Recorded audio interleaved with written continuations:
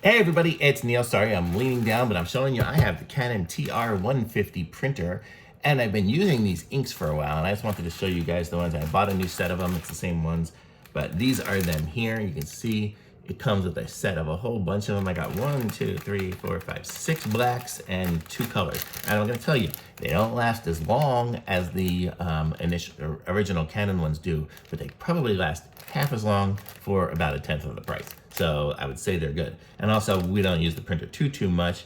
So every once in a while, it starts to get a little, I guess, low or something like that. And I just have to run a little, just a print test page through to make it go, to make it catch up again.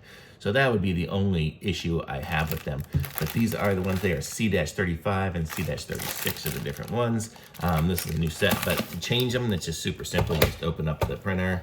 Oh, my printer's off now, but they're just clipped in over here. But there's it, and these are the ink cartridges, and they're super good, super great. So definitely pick up some of these. Thumbs up from me. Links in the description. Like this video, subscribe to my channel, and I'll be back with some more reviews soon.